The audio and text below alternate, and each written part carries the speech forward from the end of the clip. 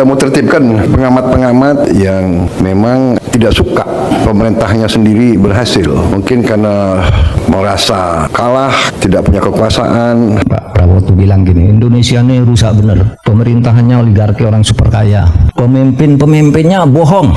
Ada loh tertulis tuh.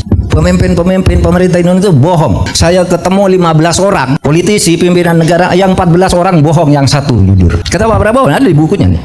Ada. Dan itu situasinya sekarang masih. Jadi kalau menurut saya Prabowo ini demensia.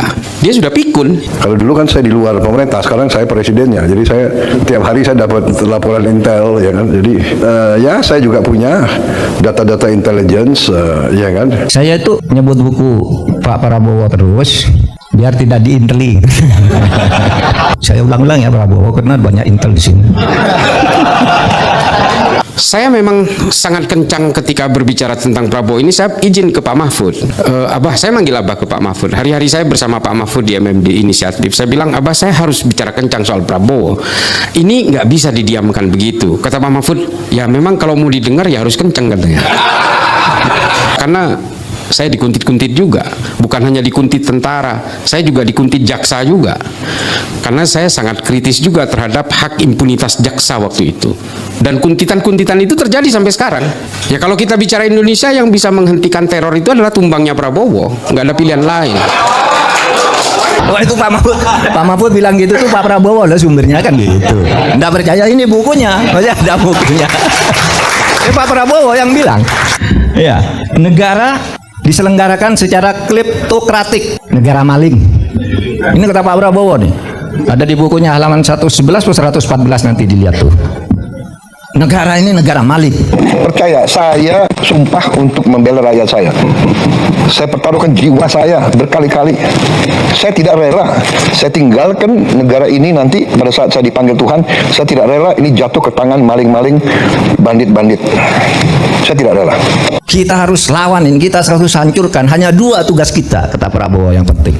Satu, tegakkan supremasi hukum kalau negara ini ingin selamat, karena belajar dari sejarah. Tidak ada negara yang bisa bertahan lama kalau hukum tidak ditegakkan. Yang kedua, buru, kejar koruptor sampai ke ujung dunia. Dia tidak menyebut pulau Antartika. Kalau di buku itu sampai ke ujung dunia. Kejar. Jangan dikasih hati. Demokrasi itu adalah satu sistem pemerintahan yang beradab. Tapi kalau orang yang dipimpin, teman-teman kita ini tidak beradab, kita tidak perlu sopan kepada mereka. Tangkap mereka. Ini Prabowo, saya ulang-ulang ya Prabowo karena banyak intel di sini. Saya ingin menegakkan hukum. Bagaimana kita tegakkan hukum kalau kita biarkan seperti ini? Kalau itu dari aparat, saya ingin menegakkan hukum. Negara itu berhukum, satu membuat hukum, dua menegakkan hukum. Nah di Indonesia itu membuat dan menegakkan sama kacaunya sekarang ini. Itu cara berhukum kita sekarang yang begitu buruk. Padahal menurut Bank Dunia, kemakmuran satu negara itu ditentukan 44% itu oleh penegakan hukum. Ya itu tantangan kita harus cari. Saya baru menjabat berapa tahun? 1,5 tahun. 1,5. Masih ada waktu untuk saya membuktikan. Jumlah koruptor yang saya tangkap berapa? Come on, ya kan? Coba kalau menegakkan tuh korupsi itu lolos semua. Saya sudah jelas kok, orang ngaku ini saya dapat uang dari sini dari proses karena belum dapat lampu hijau dari satu tempat. Ini sudah mau disikat gitu sampai dia lihat level tertentu belok, ndak jadi. Pemimpin kita mudah dibeli, ndak tahu malu, itu kata Pak Prabowo. Pokoknya ndak punya urusan apa, cincai aja, mau bayar berapa, naikkan aja proyek itu, nanti kita bagi dua. Oleh sebab itu kata Pak Prabowo, kalau cuma korupsi taruhlah 10%, 5% atau 20% mungkin kita masih tutup mata. Tapi ini sampai 80% korupsinya kata Pak Prabowo. Sehingga ada sebuah jembatan sebelum diresmikan sudah ambruk. Kenapa hanya 20%? Gambarnya gede, tapi belum diresmikan.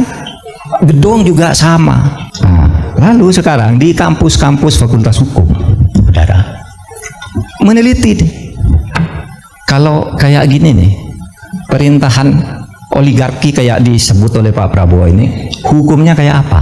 Itu cara berhukum kita sekarang yang begitu buruk. Padahal menurut Bank Dunia, kemakmuran satu negara itu ditentukan 44% itu oleh penegakan hukum. 44%. Sisanya 43% itu kekayaan lain seperti organisasi, tata aturan, ormas dan sebagainya, institusi. Lalu yang 23% itu yang begitu kaya raya gitu cuma memberi kontribusi 23%. Jadi kalau hukumnya kacau, yang 23% ini tidak ada gunanya. Ya seperti sekarang lah. Ini yang ditulis juga oleh Pak Prabowo. Coba saudara, uang pengusaha-pengusaha yang menggunakan alam Indonesia untuk berusaha 11.400 triliun itu ada di bank-bank di luar negeri. Sementara APBN kita ketika buku ini tulis hanya 1/5 dari itu. Jadi kekayaan itu ada di luar semua, di bank-bank di luar negeri, sehingga tidak memberi nilai tambah kepada bangsa ini. Lalu kerusakan lingkungan, saudara sudah tahu terjadi kerusakan lingkungan, pencaplokan lahan-lahan tanah negara dan kekayaan masyarakat adat luar biasa. Itu ada di sebuah daerah di NTT, masyarakat adat menyerahkan tanahnya ke negara, ke Pemda. Iya, teman-teman, selamat datang kembali dengan saya di channel ini. Di sebuah cuplikan video yang barusan kita tonton ini yang cukup dan juga menarik ini teman-teman, ada banyak sekali yang menjadi tanggapan ataupun komentar para netizen-netizen dalam menanggapi video yang barusan kita tonton ini. Nah, di sini ada yang mengatakan teman-teman, itu rezim pemerintah Pragib yang tidak berguna dan tidak ada manfaatnya bagi rakyat, dan bangsa Indonesia hanya menyusahkan hidup rakyat. Lengserkan satu paket, gantikan dengan orang yang punya kualitas dan cerdas agar negara Indonesia bisa jadi makmur dan sejahtera. Presiden halu turunkan. Presiden omong-omong, tiap hari ngomong-ngomong yang tidak terkendali, pidato-pidato terus-menerus yang bikin sakit hati. Presiden sudah usyur jadinya ngawur, imannya rapuh, membelai jadinya mencelek. Benaran sudah pikun. Pak Prabowo sudah anti kritik, sudah ada tanda-tanda diktator. Kok banyak mali yang ketangkap, apa termasuk omon-omon. Nah, lanjut lagi. Ini katanya negara kehilangan sejarah, artinya kehilangan benar dan baik jujur. Hilang tidak ada pejabat jujur atau benar. Pak Prabowo, masyarakat ingin tahu keberhasilan Papa selama menjabat. Isinya kok ribut terus dan nada tinggi. Salut saya, Papa paling hebat. Siapa yang iri dan dengki? Kalau Pak Prabowo ucapannya seperti ini, dekat dengan Israel dan AS, Pak Prabowo, kalau memang sudah lelah, jangan dipaksakan. Biarlah beliau mundur dari presiden. Yaitu dulu dan sekarang sedang dirubah pelan-pelan. Itu Pak Mahfud. Nah, lanjut lagi teman-teman. Tapi tentu pelan-pelan dengan caranya sendiri menyelesaikan PR dari Jokowi, khususnya korupsi. Biang keladinya, kerusakan negara itu bohong atau besar hulu atau kepala, hancurnya Undang-Undang Dasar tahun 45 dan Pancasila karena banyak bohong. Ngomong subuh tidak kepakai, maghrib salam Pancasila. Sekarang terbukti Prabowo menunjukkan hasil sekarang. Swasembada teras sebentar lagi jagung dan kekuatan militer semakin kuat, bahkan kita akan punya kapal induk dan menuju Blue Navy Water, dan ternyata BBM stabil, tidak naik, khususnya BBM subsidi sampai akhir tahun 2026. Untuk para pejabat pemegang amanat kedaulatan rakyat, bekerjalah dengan jujur dan amanah, semua demi bangsa dan negara, bukan demi Prabowo dan golongannya. Ingat, jabatan umur tidak selamanya, yang zalim pasti diazab Allah, karena kami rakyat kecil masih istiqomah bersandar dalam keadilan. Lanjut lagi, siapa percaya sama islah ini? Tidak percaya. Presiden Konoha bicara komplak rakyat jadi malu. Punya presiden tidak cerdas, kritik dinilai dikira iri atau menuduh orang lain sakit hati karena kalah pemilu. Pak Prabowo Jokowi, apa yang kamu cari? Hidupmu gagal. Kalian tidak akan bisa mendapatkan yang kalian cari di dunia ini. Ini mensejahterakan rakyat itu hanya mimpi. Kalian gagal dunia akhirat. Apakah percaya bahwa Prabowo bela rakyat? Mustahil. Kalau menurut saya, kalau kebijakannya begini.